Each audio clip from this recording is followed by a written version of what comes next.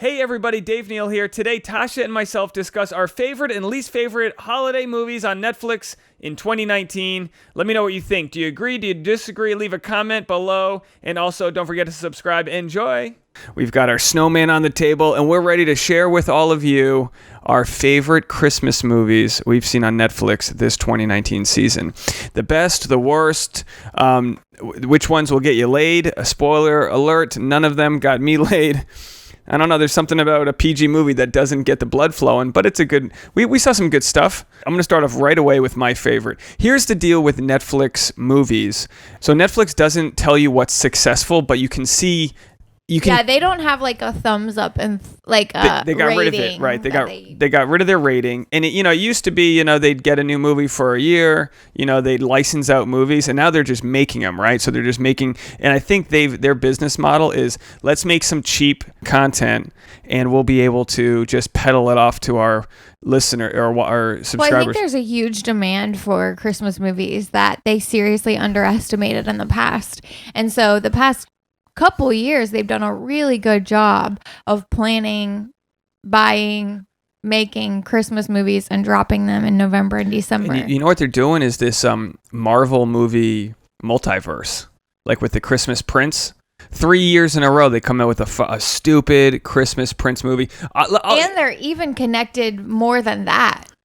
There's like what there was a different Easter egg. Oh, it was in the Christmas Night with a K, Night with a K. And they made two different references to other Netflix Christmas movies. They made a reference to Aldovia and they made a reference to something else. Yeah, if there's gonna be a Christmas movie with a TV on in the background, it's gonna be showing another Christmas movie. They've really got us hooked. This is like a drug dealer giving you some free meth. You know what I mean? They're like, all right, here's a bump of this. I don't know. No, that's a. You were worried about swearing and. Yeah, it's like a drug dealer.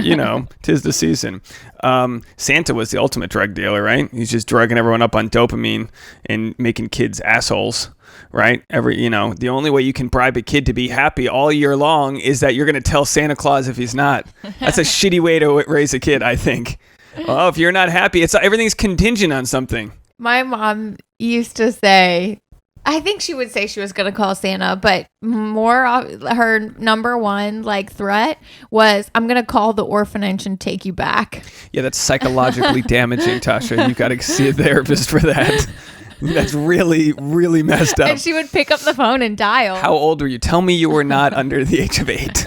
Tell me you weren't 4. No. Afraid to go to the orphanage. Listen, I barely have memories before 6 years old, so I was probably in a pretty safe zone. But yeah, that was her favorite threat. Call the orphanage and take us back. Everyone who's listening to the podcast right now is going, it's all explained. That's like when you find out Bruce Willis is dead in The Sixth Sense. Oh, your mom threatened. We got to call... Can we call Jeannie right now and ask her why she threatened to take you to the orph? Your mom was adopted. Yeah. Doesn't that make it even worse? Yeah. Oh my gosh. I feel like this is a fairly common threat, though. No. Well, we are of the mid 1980s. Upbringing where you were given people didn't realize they were damaging fucking up you for life psychologically. I mean, you are. Excuse me. No, not you in general, but parents that do stuff like that, it is super manipulative, and it probably works in the short run. I'm not saying my mom didn't. Honestly, I was a good kid.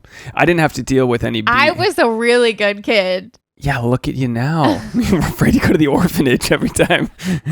What if I brought that up in a fight? Tasha, I'm going to send you to the orphanage. I think you would get out a gun. I don't know you have and shoot me. Well, this is not how the Christmas special is supposed to go. No, but tell me, what was your mom's threat? She'd be like, oh, don't make me get a belt or something. And I'd be like, my mom never hit me. She never hit me. She didn't really discipline me. And actually, I think it worked out quite well for me. I think that's why you're not disciplined in your life, though. Because I'm not afraid to go to an orphanage. No, because you never got your ass smacked. How does this all relate back to Christmas movies? I don't know. We're all messed up. We just want to spend a few hours watching some Christmas movies. Here's the deal, though. You probably don't have enough hours in your day to watch all the content that's on Netflix. Let's just review movies that came out on Netflix this year. So you've got my worst Christmas movie that I've seen this year is the one you've mentioned, The Christmas Prince. It's called The Christmas Prince, The Royal Baby. It's the third of 3 Christmas movies. And by the way, fear not, let's not do any spoilers, but it is the third in a fake town in Central Europe in some Aldovia. some ski resort, no, some like fake country in the middle of nowhere, and it's just so. And everyone speaks perfect English, and it's just the most bullshit. Like, yeah, that one was pretty bad. Like, I'm okay with bad movies, but they have to have a point. This one had like the first two were really cute, though. That's why they kept making them. And but they're gonna make like 5 more before people say no. Anyway, what do you think it got on Rotten Tomatoes? I have no idea. 25%. So I don't need 100% on Rotten Tomatoes. I've learned that there's a lot of like bad reviews there's a lot of movies I like that are right in the 60% of wheelhouse. That's fine. 25% means everyone was like, man, this movie sucks. So you can watch it if you like to hate watch things, but only if you've watched the first 2 Christmas Prince movies. Don't jump into the third one. Yeah, watch it from the beginning because the first one was good. You're moving into it's a moving train at this point. If you don't catch up on the third one. This isn't that type of film. What's your worst? Do you have one that's like that you hated so far? The one that we watched really recently, the Break-In one. Christmas Break-In with Denise Richards. You didn't like the Christmas Break-In? I told you from the get-go that it was gonna be horrible. And you know what's funny? You forced us to watch it. Christmas Break-In, I was like, if you don't watch Christmas Break-In, I'm going to send you to an orphanage where they don't play Christmas movies. And you're like, okay, I'll watch it. Christmas Break-In by far was the highest production value movie of all of the Netflix movies this year. You could argue last year's Christmas Chronicles was a really good one. You remember Christmas Chronicles? But we can't review. By the way, that's a great movie. Go watch it if you haven't. But that's last year's. We're not going to review that. But a Christmas Break-In is basically, without spoiling it, a Home Alone movie, but it's home at school. It's about basically a girl It's Home Alone with a female protagonist, but with like 1% of the fun. But they had such a good, honestly, movies, I don't really get disappointed at movies. This movie disappoints me in the fact that they had such a good chance to do some awesome stunts. They had such a good chance. They didn't have the budget. No, but they spent it all on Denise Richards' face. Yeah, the plot line was stiff. So was her forehead. No, she actually looks really good, I think, when you compare. But they did have big actors in this movie. So you're like, how did this flop so bad? Speaking of flopping, Denise Richards, anyone in their 30s, I think any male in their 30s can agree, had one of the sexiest film scenes of our generation. What was it? The movie's called Wild Things with Kevin Bacon. Who does full frontal? You see his dick. Heavy on the head. This is supposed to be PG. I'm sorry. Heavy on the head, folks. Now that YouTube's demonetizing, they're actually listening. They scan audio. So I wonder if you talk about Kevin Bacon's bacon bits, if they can tell. We'll find out. So watch this on YouTube if you can. Thumbs up. Subscribe. Yes, she had a scene in that movie. It's like a real lovers threesomes, and it's like real, like they're stealing, they're robbing things, and I don't even know who it was, but she was making up some other chick, and like I think they went topless too. They showed their tits, and this is we're pushing it almost a couple decades ago, probably. This is one of those movies you wear out on VHS. Some of the young people that listen are gonna look up this movie, and it's gonna be like a square. The aspect ratio is going to be a square, and it's going to be really grainy. No, and they're going to be like, wow, this was Dave's porn. Look, if for the YouTube, I'll show a still of it right now if people can look. Holy, I mean, the steam's coming up. It's one of those like, New Orleans swampy pools where like the steam's coming up and you see their tits. I mean, this was when this is the golden age of cinema. This was good stuff. But anyway, now what you do when you've when your heyday's over is you do Christmas movies. And speaking of that, we have Vanessa Hudgens. That one was so good. Vanessa Hudgens did that one baking one a couple years ago, which was called The Princess Switch. Yes. Right? Yes. Unless she did another Christmas movie. I think this was her second in a row.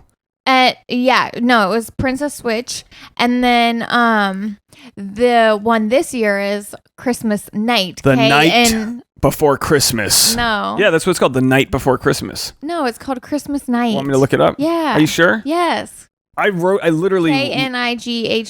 I have it as The Night Knight Before Christmas. Well, you didn't. Do you want to look it up right now? You told me to put my phone on airplane I know, mode. but now this is important. We have somebody. Christmas Night. Well, what do you get now that? Anyway, it was really good.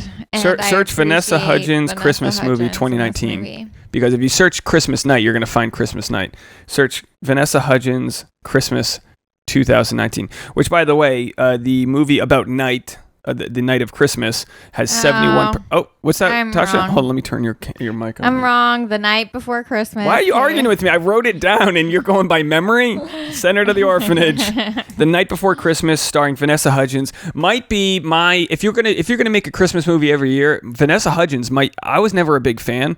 I might be on board with anything she's making at this point. She's producing it. She's got some back end deal with Netflix. 71% of Rotten Tomatoes. I'm actually surprised they allowed her to make another. After last year's? Yeah, because the way that, like you were saying, that they're doing these Marvel universe type things. And this one, it wasn't the same character, was it? It's not the same character, and they're both Netflix. But I'm cool with it. The second version is way better. So let's just forget about Princess Switch. And so this one, The Night Before Christmas, very, very simply, it's almost like what's that show that you love? I knew you would love this movie because you love time travel. Oh, Outlander. Yeah, Outlander. Basically, a knight from the 1300s gets transported with his horse. Of course, the horse has to come along. It's super. You have to suspend reality a little bit. It's cheesy, and there are lots of holes in the plot, and his accent goes in and out. It's bad, but it's good. But he's like, it's bad in a good way. What does he call? We're not spoiling anything. What does he call the freezer? So all these funny tropes of like someone from the 1400s coming to 2019, and she has a freezer, and he's like super impressed that she has a freezer, and he calls it the night air. He's like, I left it in the night air, and it's in the. I'm like, that's fucking funny. That's funny stuff. I'm tight on like what's funny. Babe, haven't we been talking about this? Why don't you write us a Christmas movie? We're gonna get to that. I have a Christmas movie. I'm gonna pitch into a big house. I'm going full. I'm leaning full. I'm leaning all my bacon bits into the Christmas sector. This says this is no transition. Your TikTok is doing well. You've got TikTok. I got maybe 12 followers. We got 12, a whole dozen. Tasha dozen over there following all her 5-second videos for the perfect attention span for Tasha. No, wait. Actually, it's really pathetic. Hold on, get a live update. Let's get a live update on Tasha's followers. What's your TikTok? It's Tasha_Courtney because I took Tasha Courtney years ago and couldn't get myself. No, but you have the perfect video. You've got you bending over, playing with the dog, but you can see your cleavage. So you got Basset Hound and cleavage. That's a good one to go viral. And actually, that one has probably the most views of all of them. No, maybe not. So please come follow me on TikTok and be my friend because I'm old on TikTok. Old people need to stick together. She's an old bag on TikTok. There's a lot of old people on TikTok that are doing really well though that I follow. How many followers do you have? 12. A whole orphanage full. She got an orphanage full of followers. The Night Before Christmas, we both agree, is it's an A quality Christmas film. Yeah, we like it. It's goofy. There's a love story. It's funny. It's shot well. There's fake snow, CGI'd. Just get over it.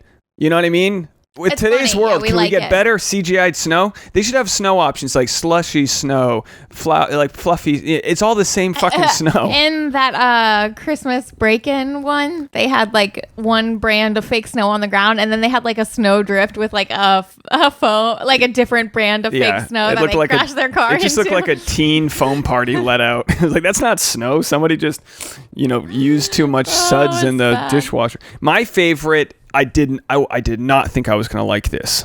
I did not. And it made me cry the most. And I say the most because a lot of these made me cry. My favorite is a Christmas miniseries on Netflix shot Happy with a Merry whatever. It's called Merry Happy Whatever. It stars Brent Morin from Undateable, and who, by the way, when I did a show with Brent, he thought I was younger than him. And that was because I hosted the show and I'm not successful. So I just assumed I was younger than him, but I'm not. I'm older. It's got Dennis Quaid, who's got way too many cheek injections. He just is always smiling. But that must make you feel good when you wake up and you're smiling with, out of control. He really shouldn't be doing that to his face. You're a successful older man, and the cards are stacked with you where, like, Hollywood likes it when men age, and you're still fucking up your face. You're like Ray Liotta. What are you doing? Leave it alone there. Anyway, I can't believe how much I loved Ashley Tisdale, which, by the way, Christmas season is built for people who starred in, weren't they? High School Musical. High School Musical. Zac Efron, where he at? He's way too successful. Actually, he's done some Christmas movies, I think, right? I don't know. Maybe not. Maybe I'm thinking of it. He's built for Christmas. He's going to star in the Christmas movie I'm going to pitch. Anyway, Merry Happy Whatever is, I think, 8 episodes. They're very fast, 20, 25-minute episodes, shot with a studio audience, like sitcom style.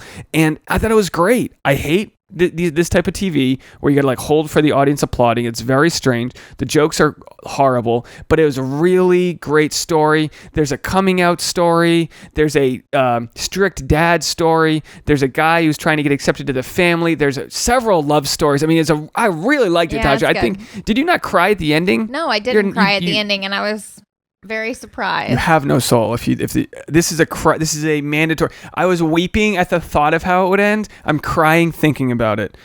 This one hit me. Great show. Eight episodes. That would have been a great one if we saved it for when we were with your family. But because it's nice to binge. That's the good binge worthy content. I think we've only got one left that I've written down. My favorite show, my favorite movie on Netflix this year. And something happened in it, and Tasha and I both looked at each other and smiled and was like, oh shit, they're going to sing a song. It turned into a musical. Do you know what I'm talking about? Mm-mm. With 43% on Rotten Tomatoes, a Cinderella story, Christmas Wish, semicolon. You know it's good when they... Yeah. This movie was literally just made to throw in... This is like how I make a YouTube video. They just threw in keywords, a Cinderella story... Christmas Wish. It was really bad, but like low budget. If you're into a bad Christmas movie, it's worth your watch. It was so good. The story was so good. This movie couldn't have been made. You're crying thinking about it. Oh, no. This movie was so good, and it's a loosely. When they broke out in song. That was a funny movie. I had to pause this movie because there's times when there was like a lift happening and you could see the strings of... Yeah, it was almost like they knocked off... What's that one that was a big winner the other couple years ago? They knocked off that LA... Yeah, LA movie, La La Land. La La Land. Yeah, they did some La La Land maneuvers on a low budget. That's it, folks. Hope you enjoyed. If you did, hit the subscribe button for future content. Leave a comment below. I'll get back to you. Bye, everybody.